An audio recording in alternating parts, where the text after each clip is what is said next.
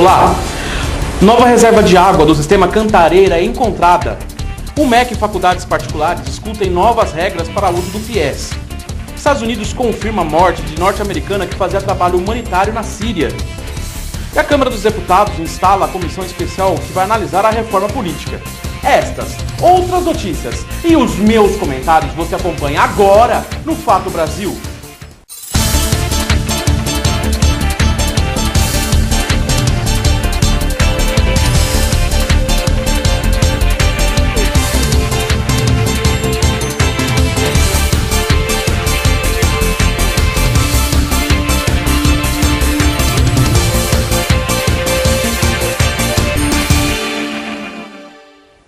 E estamos começando o Fato Brasil de hoje, já trazendo algumas informações bem importantes para você que mora aqui em São Paulo ou na região sudeste. Pois bem, principalmente o pessoal que mora na cidade de São Paulo, né? Então, antes da gente ir para o finalmente, tem uma coisa bacana que está acontecendo aqui no centro de São Paulo, né?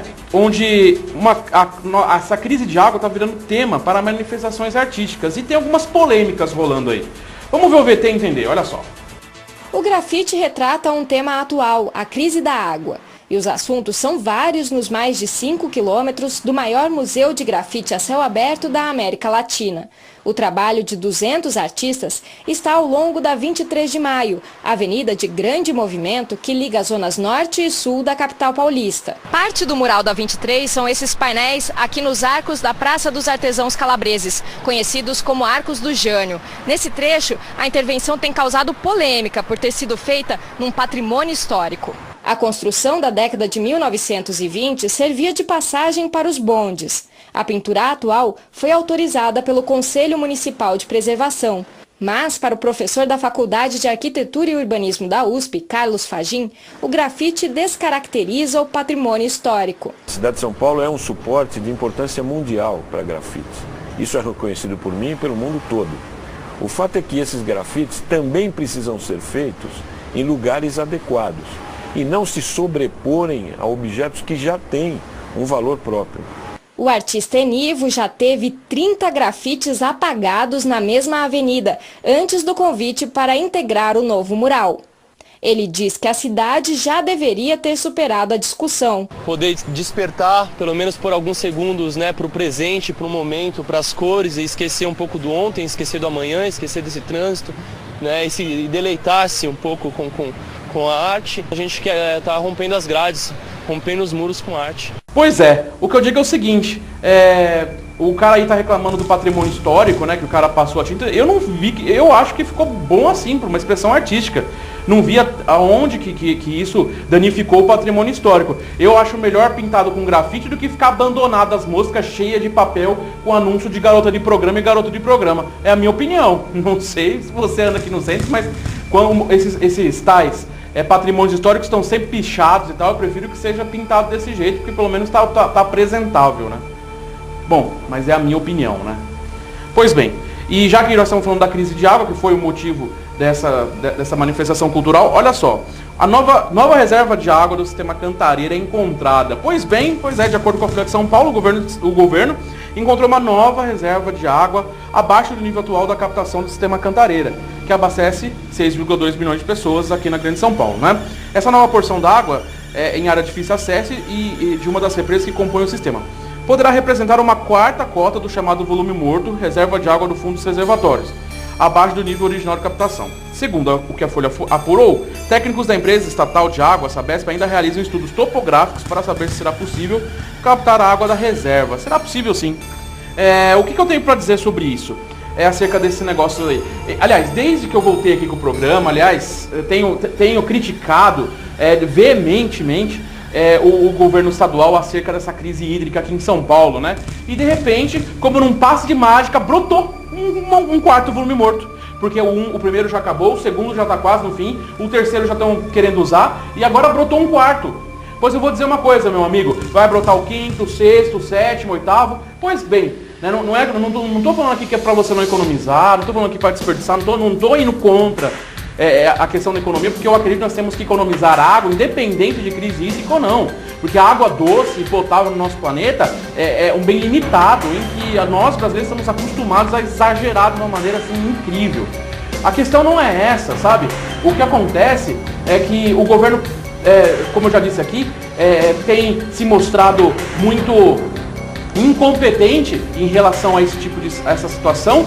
E, como eu disse como eu tenho dito desde o começo, o governo tem escondido informação sim. Eu duvido, essa que é a verdade, eu duvido que essa quarta cota do volume morto que o governo disse que achou, nossa, brotou, achei, não sabia, ninguém sabia, faz parte do problema, ninguém sabia, não tinha água, não sabia, brotou água lá, sei lá, eu acho que Deus, São Pedro, foi lá e fez chover só naquele lugar lá para ter água. É lógico que eles sabiam desse volume, dessa quarta cota. Você acha que não? Agora tá escrito trouxa aqui na testa, né? Pois bem, meu amigo, eu vou só dar um aviso aqui para você. Se prepara que quando essa crise hídrica passar, é no seu bolso e no meu bolso que vai doer a conta d'água. Esta é que é a verdade. E olha só, vamos lá. O MEC e faculdades particulares discutem as novas regras para o uso do FIES, porque além de tirar os direitos trabalhistas, de mexer nos direitos trabalhistas, o governo federal fez questão de fazer uma besteira, né? Uma besteira no programa que ele mesmo inventou, que é o FIES. Vamos ver o VT primeiro, depois eu comento um pouco mais, olha só.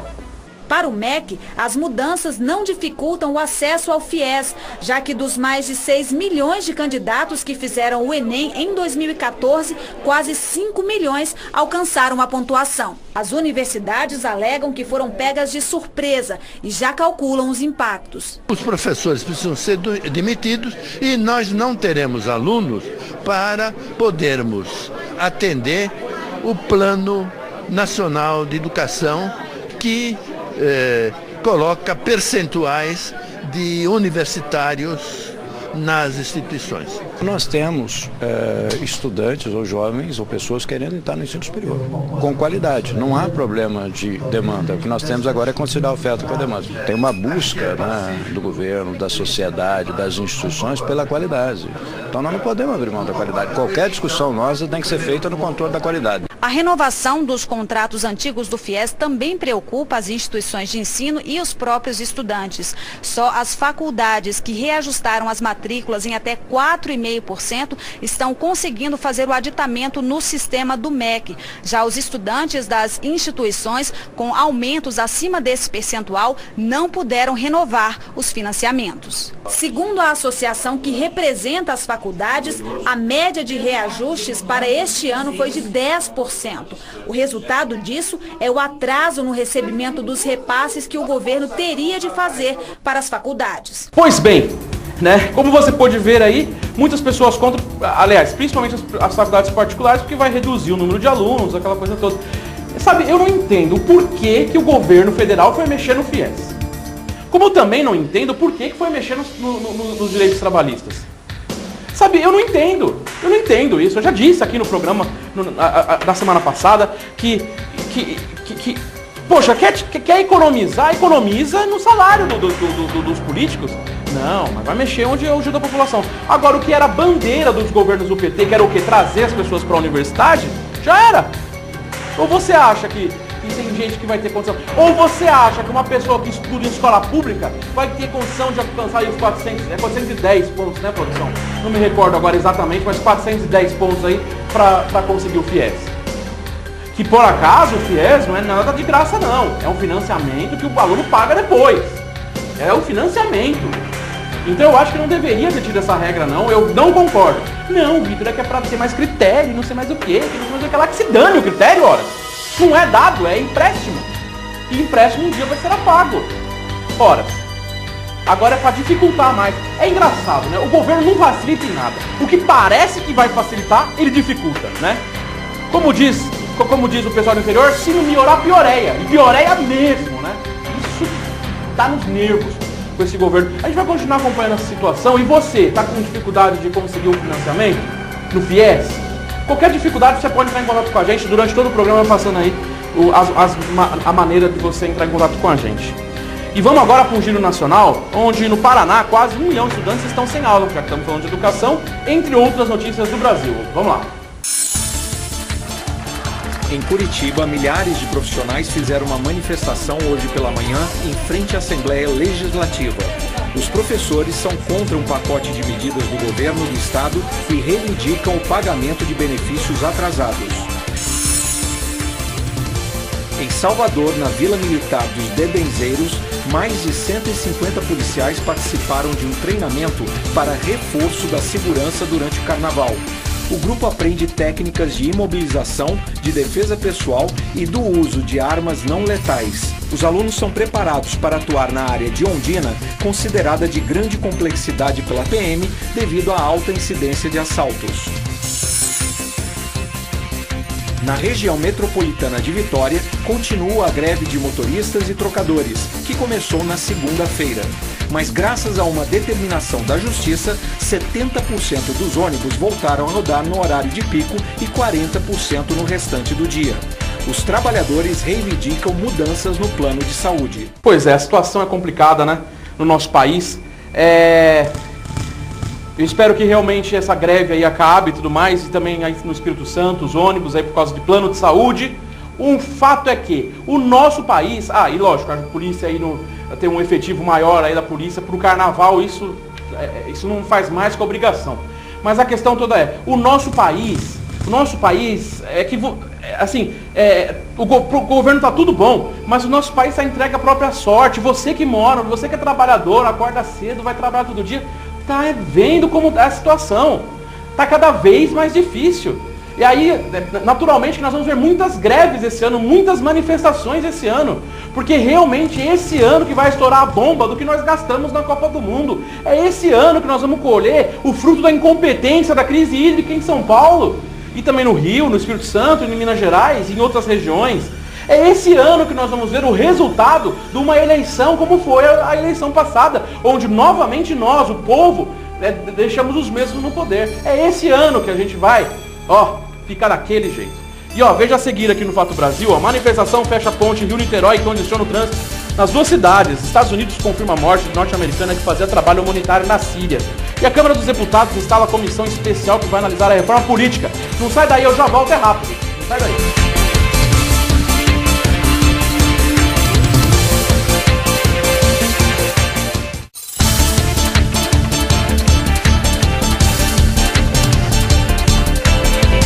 Estamos com o Fato Brasil aqui na WTV. E vamos direto às notícias desse segundo bloco. Uma manifestação fecha a ponte Rio-Niterói e congestiona o trânsito nas duas cidades por causa de um problema na petroquímica aí no Rio de Janeiro. Vamos dar uma olhada no VT e você entende melhor. Um grande engarrafamento parou a cidade do Rio de Janeiro no fim da manhã desta terça-feira. Logo na subida da ponte estava tudo parado já, eu fiquei uns 20 minutos. A ponte Rio-Niterói foi interditada por 2 horas. Aqui tem centenas de chefes de famílias que estão sendo despejados de suas casas, porque não tem o dinheiro para pagar o seu aluguel, não tem dinheiro para comprar o seu pão. Operários que trabalham nas obras da construção do Complexo Petroquímico do Rio de Janeiro seguiram a pé do vão central da ponte até a sede da Petrobras. Eles passaram a tarde na frente do prédio. A segurança no local foi reforçada. De acordo com o sindicato da categoria, cerca de 2.500 funcionários da Alumina Engenharia, empresa contratada pela Petrobras para executar as obras no Comperj, não receberam salários e benefícios desde dezembro. Além disso, 469 operários demitidos não receberam as férias e nem as rescisões. A gente precisa de ajuda, a gente precisa de dinheiro no bolso, seja demitido ou pagando, seja voltando para o canteiro e tendo uma posição. Os funcionários são vinculados à Alumina Engenharia, empresa contratada pela Petrobras para executar as obras do Comperj.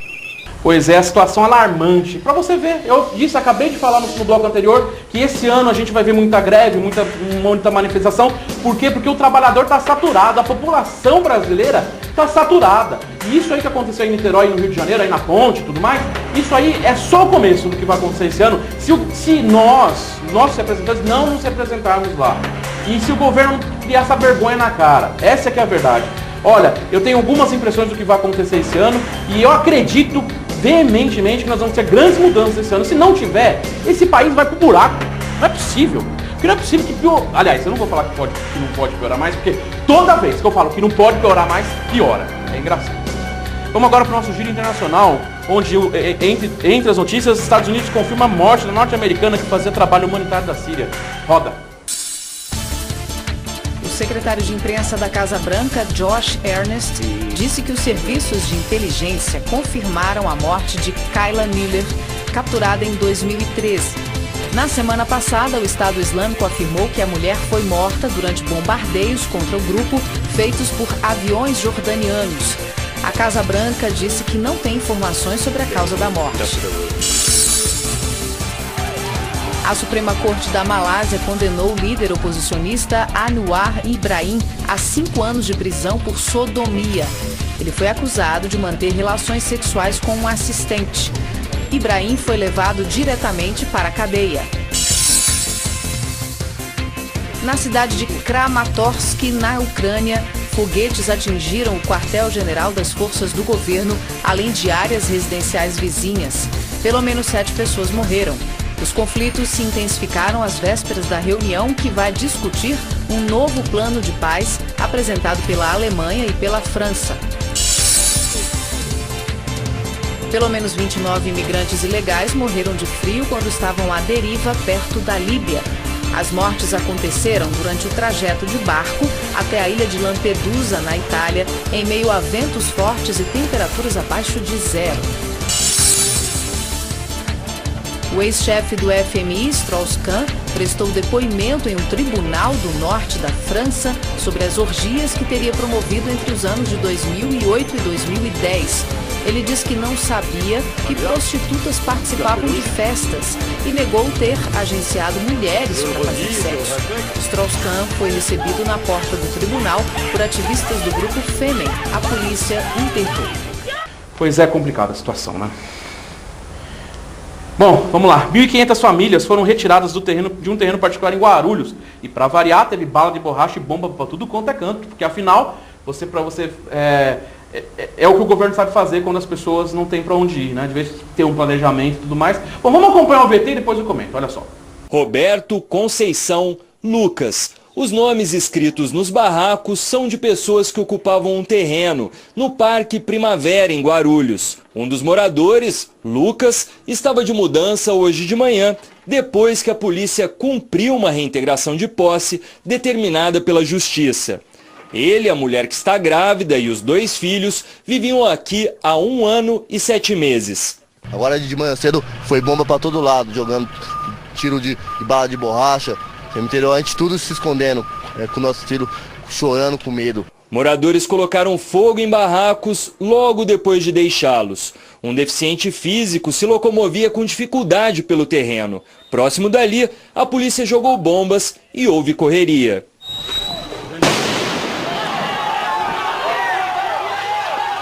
Essa adolescente de 14 anos conta que foi atingida por um tiro de bala de borracha disparado pela PM. A área tem 250 mil metros quadrados e é particular. Nátila, mulher de Lucas, afirma que os moradores queriam comprar o terreno. O dono do terreno pediu primeira vez 70 milhões de reais. A gente falou que a gente não tinha esse dinheiro, teve outra reunião, aí pediram mais 35. A gente falou que o que a gente podia dar era 3 milhões. Falaram que era um preço muito baixo.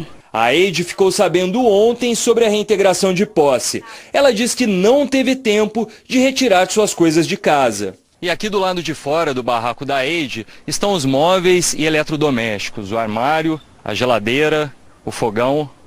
Eide, e agora? Você vai para onde? Para onde você vai levar essas coisas? Não tenho ideia ainda. Vai voltar para o aluguel? Se não tiver jeito, né?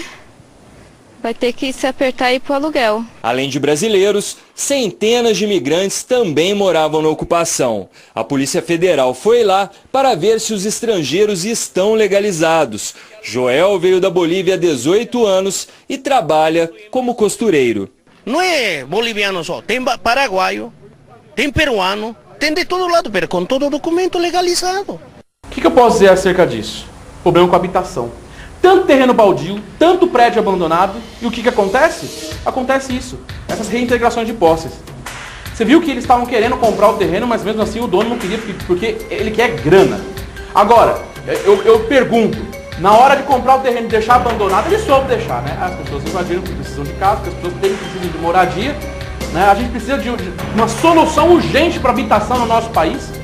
E como sempre, o governo estadual de São Paulo responde tudo com bala de borracha e gás lacrimogêneo. Por quê? Porque esse é o governo do picolé de chuchu aqui. Agora vai você protestar quando você estiver sem água, que você também vai beber gás lacrimogêneo, vai beber bala de borracha, tá? Só se prepara. E não é só pobre que vai ter isso aí não, viu?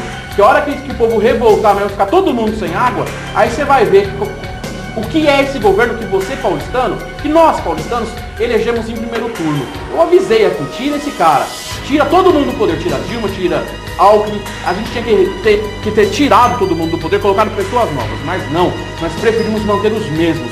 E ano após ano, mês após mês, aliás, desapropriação após desapropriação, a gente vê sempre as mesmas cenas. É engraçado e é lamentável. Bom, vamos agora para os meus comentários finais. Lembra que eu sempre defendi aqui a reforma política, né? Pois bem, a Câmara dos Deputados instala a comissão especial que vai analisar a reforma política. Vamos ver o VT e eu tenho uns comentários finais para fazer sobre isso. Olha só. Os integrantes da comissão, indicados pelos partidos, elegeram o deputado Rodrigo Maia, do DEM, como presidente. Mas é esse debate que a gente precisa que a reforma política leve para as próximas eleições. Um debate onde o eleitor tenha como prioridade entender o que cada um de nós pensa sobre o seu dia a dia, como ele vai chegar no trabalho, né? A sua moradia, habitação, como vai se dar solução para isso. Não uma eleição onde a televisão virou uma peça de ficção, aonde se coloca qualquer coisa a um custo bilionário, né? E no final o eleitor, com razão, acaba não se sentindo representado pelos políticos. Entre as propostas da chamada PEC da reforma política estão o fim da reeleição. O presidente da República, governadores e prefeitos não poderiam concorrer às eleições seguintes ao mandato. O voto não seria mais obrigatório. Outra mudança seria no período das eleições, que a partir de 2018 seriam realizadas de uma só vez para presidente, governador, prefeito, deputados e vereadores. Prefeitos eleitos em 2016 teriam mandato de 2 anos e poderiam se reeleger em 2018. De acordo com a PEC, os partidos políticos poderiam financiar as campanhas eleitorais com recursos privados, com recursos públicos ou com a combinação dos dois. Os limites para as doações e gastos seriam definidos por lei. Financiamento de campanha tem uma proposta já da comissão de um financiamento misto, que uma parte pudesse ser financiamento público, uma parte privada. Há a ideia, né, da OAB de proibir financiamento de empresas. E o Supremo Tribunal Federal já está decidindo sobre essa matéria. A votação já está 6-1. É uma questão muito delicada, muito melindrosa, que eu sempre tive posição clara em relação a isso daí, mas é evidente que eu vou expressar a vontade da maioria. E a questão do financiamento empresarial de campanha é a espinha dorsal. Nós não podemos fazer reforma política constitucionalizando esse tipo de financiamento, porque ele é nocivo, ele é que permite, facilita as várias distorções do sistema eleitoral brasileiro. Então... Pois bem, eu sempre defendi aqui a reforma política. Sou a favor dessa reforma política, sim. E a respeito da questão do orçamento, né, das verbas para se fazer campanha, eu sou contra as verbas de empresas particulares. Eu acredito que tem que ser só com fundo partidário. Já que existe um fundo partidário, tem que ser dali que vem o dinheiro para fazer a propaganda eleitoral. Ou então, que se vire, que seja doação de pessoa física, se fosse o caso. Mas eu acho que nós temos que acabar com esse jogo de marketing e com esses programas mentirosos de eleitorais na televisão. Essa que é a verdade. Eu acho que a propaganda eleitoral tem que ser feita boca a boca, tem que ser por igual. Se for ter horário na televisão, tem que ser igual para todos. Não essa porcaria. Então é por isso que, para começar, nós temos que lutar por essa reforma política. Naturalmente que muita gente não está interessada na reforma política, né? Afinal, reformar politicamente o nosso país daria fim a muitos meios de corrupção que existem, começando pelas próprias campanhas, né? Mas o fato é que você, povo, pode ir lá pressionar o seu representante, que por mais que seja o mesmo de sempre, você tem direito e dever até de ligar, de mandar e-mail, de encher o saco do político que você colocou lá, para que ele aprove essa reforma política. Nós Essa reforma política é necessária no nosso país. Senão nós vamos continuar nessa mesmice até que o nosso país quebre. Essa é que é a verdade. Vou ficando por aqui, um grande abraço a todos, obrigado pela companhia. Eu volto amanhã com mais Fato Brasil e até amanhã e tchau. Fui.